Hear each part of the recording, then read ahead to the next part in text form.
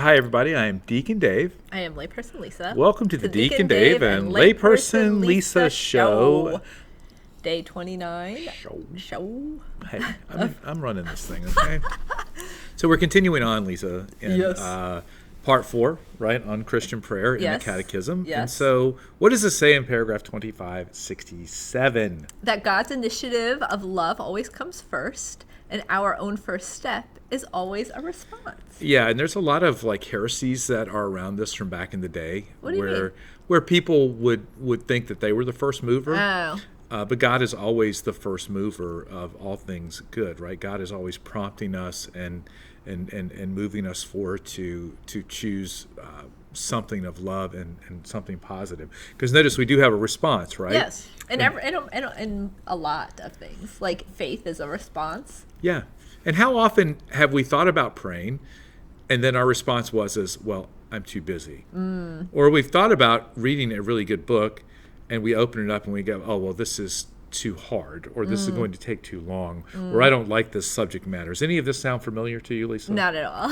Okay. Well, no, sometimes books are written in a manner it's difficult to read. Like when I first started reading Imitation of Christ the first time, I was like, oh man, what is this guy saying? Like, I do not understand this. But then I read it at the beginning of this year and it was really speaking to me. And so I think maybe when we first start some books, we're just not ready for them. I think we're not spiritually mature enough. Yes, that's what I mean. Yes. Yeah, like the book I just read, the Ascent, Yes. The Ladder of Ascent by Yes. John Climacus, Saint Yes. John Climacus from the 6th century. Yes, that you said I would not like. Well, it's really good, but I do believe that if I had read that book several years ago, there's no chance.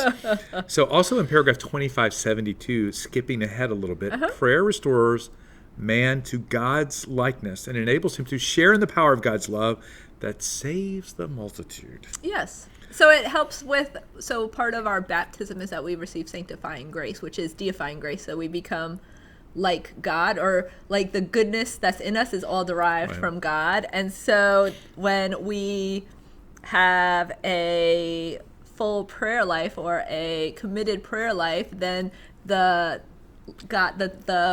good things. Yeah, the results of Yes, that, the right, fruits. allow us to share in the power of Yes, God's love. yes. You imagine that and so often we are called to share in the power of God's love, to be instruments and vessels of His grace and His love to the people in and around us. And I also think that prayer builds boldness. Mm-hmm. Oh, yes. Okay, and makes us more courageous to live out our faith and to respond to the many ways that God is trying to move us in the first place. Well, it helps us to follow God's will instead of being like selfish and like, oh, well, I don't want to do that, or that's uncomfortable for me, or yeah, no, I can't do that.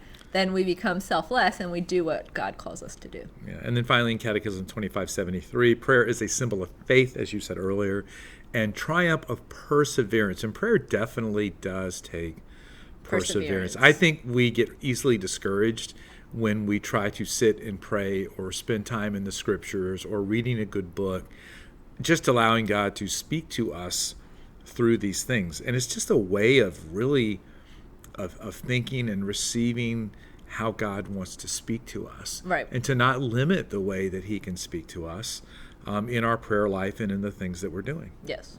Well, it's like sometimes when I was taking my spiritual direction class and I had to read all these books, like one book a month, and some of them were like, I felt like they were way over my head, but then like something in the book, like one big thing would jump out at me. Yeah. So I would persevere through the book, even though I didn't, I felt like it was way up here, but that's how when we persevere, like God will meet us where we are and give us some sort of tidbit or revelation or some new awareness. I would imagine, Lisa, that if you read some of those books now, that you would get more from them.